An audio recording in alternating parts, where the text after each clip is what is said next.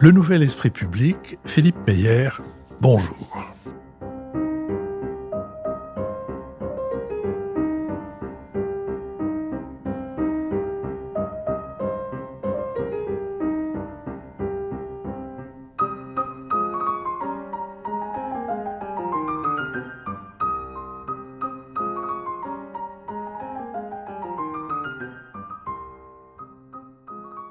Bonjour, merci de nous rejoindre, Stéphane-Antoine Terren et moi-même, pour parler du réseau social LinkedIn et de ses particularités. Nous nous sommes quittés en ayant posé la question, depuis le confinement, LinkedIn a-t-il cherché à savoir si ses abonnés avaient évolué et si oui, en quoi?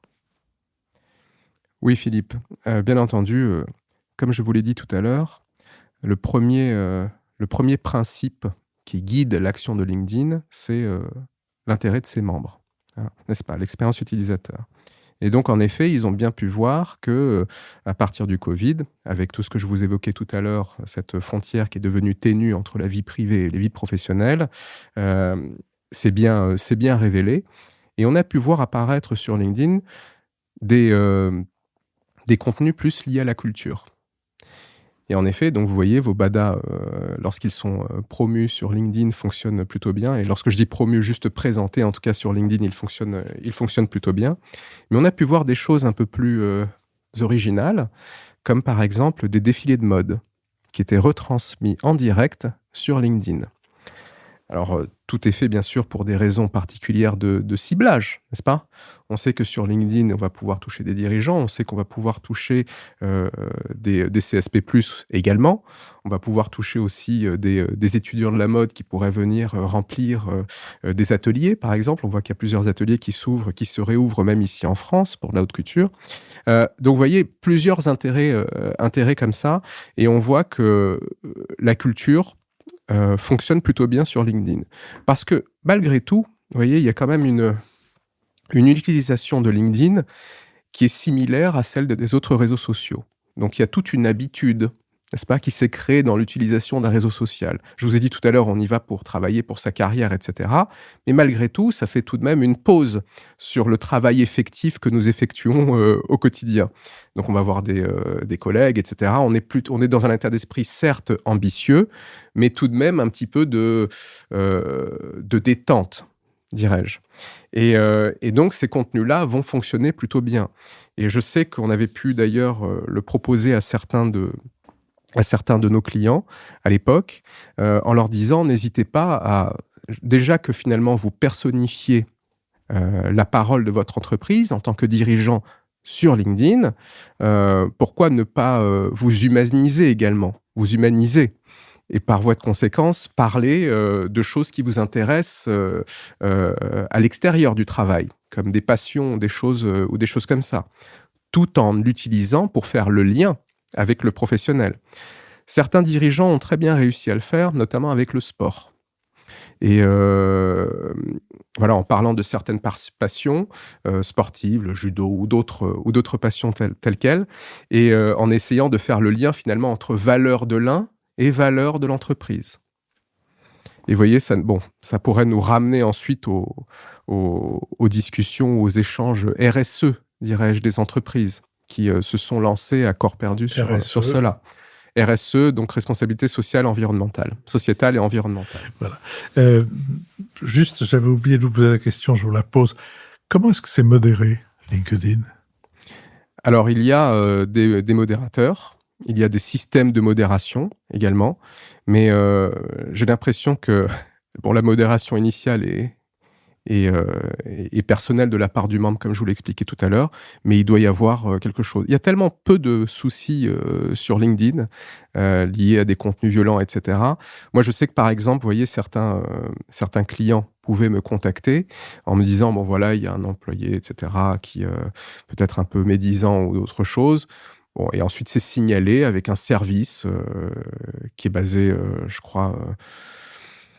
en Irlande et aux États-Unis, c'est sûr. Mais voilà, et ensuite, des actions ont été effectuées pour s'assurer que le contenu était vraiment contraire à la politique de LinkedIn. D'accord. J'ai remarqué aussi autre chose qui est que dans les posts que je peux mettre en ligne sur LinkedIn et dans leurs conséquences, je dirais à peu près pour allez, 4 abonnés au compte Philippe Meyer que ces posts m'apportent, ça en apporte un demi au compte du Nouvel Esprit Public. Alors, il y a une personnalisation, mais qui en l'occurrence ne m'est pas très nécessaire. Je veux dire, je suis candidat à rien, je serais très content de provoquer des abonnements au Nouvel Esprit Public, bien plus que des abonnements à mon propre compte. Alors Philippe, je pense que vous incarnez beaucoup et vous avez toujours incarné en tout cas les émissions que vous faisiez, ou que vous faites et c'est-à-dire que les abonnés que vous allez avoir, sur votre compte personnel cette fois, vont être utiles pour le Nouvel Esprit Public, puisqu'il y a cette telle, incarnation de votre part. Mais aujourd'hui finalement, bon, ce qui compte, c'est qu'on puisse, être au courant, n'est-ce pas? Que l'on sache que vous existez, on sache que le Nouvel Esprit Public existe. Et si celui-ci existe via, votre prise de parole personnelle, soit. Mais certes, il n'y a pas d'ambition particulière à titre personnel, si ce n'est quand même, de continuer de faire croître, les éclairages que vous fournissez aux auditeurs, n'est-ce pas? Oui, mais cette absence de traduction, enfin cette absence, je dirais pas, je m'attendais pas à ce que ce soit automatique, que les gens qui s'intéressent aux posts que je peux mettre en ligne s'intéressent également à ceux du Nouvel Esprit Public, mais voilà, je suis un peu étonné que ça soit dans une proportion que je juge faible. Encore une fois, j'ai dit 4 pour 1,5, j'ai pas fait absolument le calcul de manière rigoureuse, mais ça ressemble quand même plutôt à ça. Cela dit, en même temps, je me demande en quoi ça illustre une autre chose que vous aviez indiqué dans notre première conversation et que je vous avais promis de développer. L'heure est venue de tenir cette promesse, qui est le fait qu'au fond, les dirigeants d'entreprise, quelle que soit la taille de leur entreprise, qui vont sur LinkedIn, ont d'abord fait connaître leur entreprise, utiliser les moyens de LinkedIn et leurs propres moyens financiers, puisque sur LinkedIn, on peut mettre des informations, mais on peut aussi faire en sorte, en y mettant le prix, que ces informations aient une circulation maximale. Donc, en faisant ça, ces dirigeants d'entreprise ont fait connaître leur entreprise et puis, progressivement, ils se sont fait connaître eux-mêmes. Vous disiez tout à l'heure, vous preniez l'exemple des gens qui veulent se faire connaître à travers le sport qu'ils pratiquent ou quelque chose qui, à la fois, en dit un peu plus sur eux tout en les valorisant, parce qu'on va pas sur les réseaux sociaux pour se flageller. Il y a donc quelque chose, me semble-t-il, de cet intérêt pour les gens, qui est comment dire, une forme de pipelisation de l'activité économique à laquelle je ne m'attendais pas. Et de Oui, l'activité intellectuelle, en l'occurrence, puisqu'il s'agit du Nouvel Esprit Public. tout à fait. Mais vous avez raison et c'est vrai que j'ai pu le voir, par mes différentes, activités, bien entendu encore plus chez LinkedIn. Mais je me souviens toujours d'un baromètre de confiance qui est publié par Edelman, voilà, qui est un cabinet de conseil et qui faisait le distinguo entre les institutions publiques, les gouvernements, les entreprises. Et on voyait qu'en fait, la parole des entreprises était beaucoup plus valorisée. Voilà. On leur accordait beaucoup plus de confiance à ce que disaient les dirigeants d'entreprise plutôt que les hommes politiques, si je devrais résumer très brièvement. Et donc c'est vrai que ça a été utilisé comme un tremplin pour les entreprises afin de développer leur communication. Et ensuite, ça a été les dirigeants de ces entreprises qui l'ont fait à titre personnel. Alors vous parliez de pipolisation des dirigeants. Oui, c'est vrai que... Mais il faut quand même s'interroger au fait que vous avez un dirigeant qui va porter finalement, avec des budgets derrière, parfois, qui sont très importants, qui va porter la parole de leur entreprise.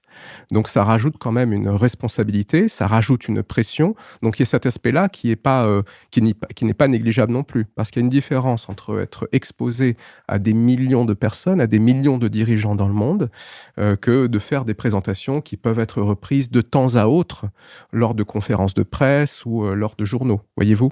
Donc il y a quand même cette pression qui est mise sur les dirigeants et que j'ai pu voir qui est tout de même importante. On représente vraiment, pour le coup, sa société. On devient presque un ambassadeur, vous voyez. Et ça, c'est une partie que j'ai pu voir chez des dirigeants qui avaient, bien entendu, qui étaient concernés par cette question. Après, oui, sur LinkedIn, les dirigeants sont les stars.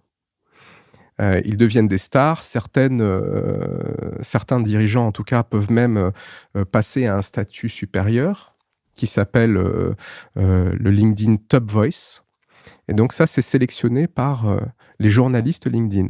Il y a une rédaction chez LinkedIn composée de un peu plus de 80 journalistes dans le monde qui vont parler, bien entendu, qui vont développer du contenu dans LinkedIn News, donc LinkedIn Actualité pour la France.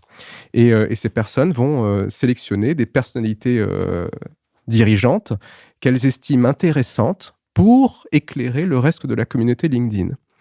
Et elles vont parfois être reprises par la rédaction LinkedIn afin de déployer un peu plus leur prise de parole. Donc vous voyez, il y a aussi parfois une ambition, en tout cas pour ces dirigeants, de devenir top voice, d'avoir ce fameux petit badge bleu à côté de votre nom. Et j'ai pu le voir pour plusieurs dirigeants. Et en effet, ça leur permet de devenir ensuite des influenceurs du monde économique. Hein? Vous avez prononcé le mot sur lequel je voulais vous interroger. Les influenceurs, on a fait ici une émission avec une jeune journaliste, Sophie Cazot, sur les influenceuses et les influenceurs, qui, je crois, a éclairé beaucoup de gens, en tout cas ceux de ma génération, sans aucun doute.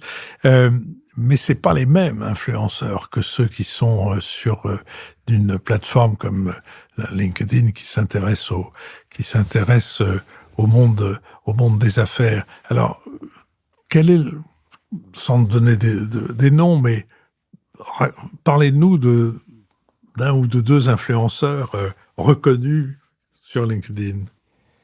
Alors, hormis vous alors, Philippe. Hélas, je n'ai pas le petit badge bleu. D'ailleurs, j'aurais peut-être dû aller voir LinkedIn en disant je vais faire une émission sur LinkedIn, mais il faudrait me donner le petit badge bleu pour que je sois... Qu'est-ce que c'est, Top Voice ? Alors, je vous parlais du premier influenceur LinkedIn, du plus important en France en tout cas. Et il s'agit de Michel-Édouard Leclerc. Alors, Michel-Édouard Leclerc a été l'un des premiers à utiliser LinkedIn et à parler de façon plus ouverte sur la plateforme. Et d'ailleurs, vous pouvez le suivre sur LinkedIn, sur Instagram, un peu partout. Et ça va être généralement le même type de contenu. Donc, vous voyez, tout à l'heure, on s'intéresse à cette petite frontière ténue. Mais donc, lui est un vrai influenceur parce qu'il est suivi par tout le monde, suivi comme un exemple, parce que même que lorsqu'il part en vacances et qu'il voit des algues en Bretagne, bon, il va commencer à parler sur ce sujet-là et va réussir à faire le lien de façon brillante avec ses activités professionnelles. Mais finalement, Michel-Édouard Leclerc le faisait déjà avant. On le voyait déjà sur tous les plateaux, on le voyait déjà. Donc voilà, c'est un exemple comme ça, mais je vais vous en donner un autre qui me vient en tête tout de suite, c'est Ulrike de Cohen. Ulrike de Cohen, qui est la chef marketing et la chef développement durable d'AXA. Voilà. Et donc, elle va avoir cette double casquette très originale, finalement, pour que l'on mette le développement durable et le marketing ensemble, n'est-ce pas ? Et c'était la première fois qu'on le faisait. Et par conséquent, ces propos vont être très intéressants pour la communauté LinkedIn parce qu'elle va permettre d'étendre les sujets business. Donc, c'est une des raisons pour lesquelles on peut la choisir. Et après, il y a une autre particularité aussi qu'on vient de mentionner, c'est que sur LinkedIn, ces influenceurs-là ne sont pas rémunérés. Et vous voyez quand même à quel point c'est fondamental, puisque la personne ne va pas recevoir quelque chose directement. Et même le dirigeant, lorsqu'il va être sponsorisé, par exemple, par son entreprise afin de communiquer sur des valeurs institutionnelles ou sur que sais-je, n'est-ce pas ? Il ne veut pas être rémunéré pour cette prise de parole, ce qui n'est pas le cas dans toutes les autres plateformes. Et ça permet, je pense, de conserver une certaine indépendance et une certaine qualité, bien entendu, de la prise de parole, puisqu'elle est faite uniquement parce que l'entreprise a vraiment envie de déployer un message. Mais bon, voilà, il n'y a pas d'intérêt économique autre que celui de se présenter sous un jour particulier. D'accord. Je vais aller, muni de cette grille, je vais de nouveau parcourir cette plateforme. Mais avant que nous nous séparions, un mot quand même sur l'activité que vous exercez. Donc, vous avez quitté LinkedIn. Vous êtes juriste de formation, même si vous avez beaucoup navigué dans les milieux de l'économie à travers soit des responsabilités dans les entreprises industrielles, soit dans le journalisme. Vous avez tout à l'heure mentionné The Economist. Alors aujourd'hui, vous êtes dans un cabinet de juristes dont l'activité consiste à... C'est pas tout à fait ça, Philippe. C'est pas un cabinet de juristes. Non. Même s'il y a que des juristes dans cette entreprise et des développeurs informatiques. C'est un cabinet de juristes défroqués, alors. Oui, tout à fait. Si vous permettez, je le présente, mais donc en effet, j'ai quitté LinkedIn pour rejoindre une aventure avec un ancien patron de The Economist que je connaissais très bien. Et cette entreprise que je viens de rejoindre opère dans la confiance numérique. Le point de départ de cette entreprise, c'est l'Agence pour la protection des programmes. Et cette Agence pour la protection des programmes, qui existe depuis les débuts des années 80, avait pour objet de protéger la propriété intellectuelle des codes informatiques, des logiciels. Vous voyez, pour pouvoir se protéger contre des attaques en contrefaçon ou autres, ils protégeaient des codes informatiques. Et ensuite, ils sont partis vers d'autres horizons. Ils ont développé aussi de l'entiercement. Alors oui, c'est des choses très barbares lorsque je l'ai dit ainsi. Mais pour des juristes, je ne comprends pas un mot de ce que c'est que l'entiercement. Je vais vous le dire. Alors, parce que c'est très intéressant. Je l'ai découvert moi-même. Enfin, je l'avais vu en droit des affaires à un moment donné. Mais l'entiercement de logiciels, en fait, permet à une entreprise appelée le bénéficiaire de pouvoir se protéger en cas de défaillance d'un de ses fournisseurs de logiciels. Imaginez une entreprise qui opère dans l'assurance, pour citer une industrie en particulier, et cette entreprise utilise un logiciel pour faire tous les remboursements d'indemnités. Si ce logiciel vient à défaillir à un moment donné, à faire faillite par exemple, il faut qu'elle puisse accéder au code informatique afin de poursuivre son activité. C'est dans un cadre de continuité de l'activité. Et donc, l'Agence pour la protection des programmes va se poser en tant que tiers de confiance pour pouvoir débloquer l'accès à ce code en cas de défaillance du fournisseur. C'est fascinant, non ? Non, c'est-à-dire, je suis en train de me poser la question. Le fournisseur fait faillite. Le fournisseur est payé par le service qu'il rend à l'entreprise dont on vient de parler. Tout à fait, le bénéficiaire. L'entreprise bénéficiaire. Il fait faillite. L'agence dont on parle récupère le logiciel qui permet de les payer. Elle le conserve dès le départ, tout à fait. Mais qui, du coup, c'est comme si le bénéficiaire était devenu le propriétaire, parce qu'il ne paye plus rien à cette agence. Tout à fait. Donc c'est tout bénéfice pour lui que son fournisseur ait fait faillite. Oui, alors vous savez, c'est tout de même un autre métier que celui de maintenir un logiciel, de le développer, de l'optimiser. Mais s'il y a une agence qui le fait à ma place, puisque je suis le bénéficiaire, moi je me tourne les pouces tranquillement et j'ai le même service avec zéro dépense. Oui, tout à fait. Mais bon, en tout cas, il faut qu'il soit tout de même mis à jour. Il y a des mises à jour qui doivent être effectuées. Le monde informatique est très mouvant et très évolutif. Par conséquent, on va pouvoir continuer l'activité, généralement, Philippe, le temps que l'on trouve un autre prestataire pour le remplacer. Mais tout cela peut prendre des semaines, des mois, des années. Et donc, il faut se protéger pour ne pas stopper l'activité. Et vous imaginez notamment dans des industries très, très sensibles et très critiques, elles vont faire appel à ce type de contrat. Donc, vous voyez, c'était juste pour vous donner un exemple supplémentaire. Et ensuite, elle a fait autre chose, cette entreprise. Elle a développé une marque qui s'appelle Evidency. Et Evidency est sur la preuve digitale. Alors, la preuve digitale de quoi ? Alors, la preuve digitale de données numériques sensibles et critiques en large volumétrie. Vous voyez, donc nous estimons qu'à terme, il va y avoir des fraudes, internes ou externes, qui peuvent modifier des documents, altérer des documents critiques, et il faudra les protéger grâce à un tiers de confiance. Donc le tiers de confiance pourra garantir que l'intégrité et la date certaine des données est préservée contre toute attaque extérieure ou intérieure. D'accord. Et alors, cette entreprise qui exerce cette double activité, elle est publique ou elle est privée? Alors, l'Agence pour la protection des programmes reste une association, mais un groupe privé s'est créé au-dessus, qui s'appelle APP Solutions, dans lequel il y a plusieurs divisions, dont Evidency, qui est sur la preuve numérique. Et c'est là où je travaille, alors en tant que directeur commercial, qui va gérer plusieurs choses, le marketing, le commercial, les ventes, un petit peu de juridique aussi, parfois, mais nous avons bien entendu un juriste, et plusieurs juristes même, un chief legal officer, un chef des juristes, voilà, comme on dit. Et donc, on va aider des clients pour des besoins de conformité réglementaire. Exemple, vous avez une plateforme de e-commerce, donc un vendeur de e-commerce, un vendeur en e-commerce, et celui-ci va être soumis à tout un tas de réglementations, que ce soit le droit de la consommation en France, mais au niveau supérieur, Omnibus, qui est une réglementation européenne, qui impose aux vendeurs e-commerce de prouver les prix de référence de ces promotions. Vous savez, lorsque vous achetez quelque chose sur Internet et vous voyez moins 40%, oui, prouvez-le. Et c'est une obligation, sinon ça peut être sanctionné par les différentes autorités de régulation des pays européens. En l'occurrence, en France, ça va être la DGCCRF. Elles peuvent être sanctionnées à plusieurs millions d'euros ou à un pourcentage qui est conséquent sur le chiffre d'affaires.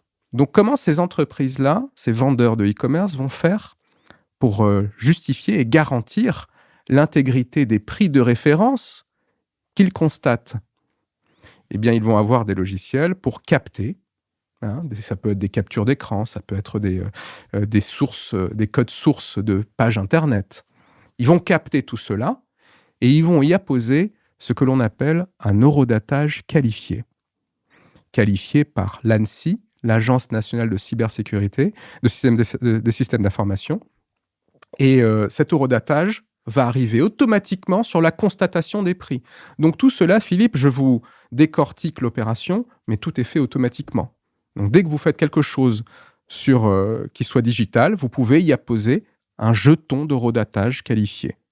C'est très peu coûteux, mais il faut avoir cette ambition, en tout cas, cette diligence d'avoir une pratique continue et systématique de protection et de garantie de l'intégrité de ces données. Et donc, vous voyez, cet e-commerçant va pouvoir présenter à la DGCCRF non seulement le fait qu'elle est diligente et garantie par un tiers de confiance toutes les données, mais en plus, elle va pouvoir présenter individuellement, sur un prix promotionnel litigieux, elle va pouvoir présenter un jeton d'horodatage qualifié qui pourra être admis devant n'importe quelle juridiction européenne. Vous voyez, et donc c'est le plus haut dans la valeur probatoire en termes de force probante en droit européen.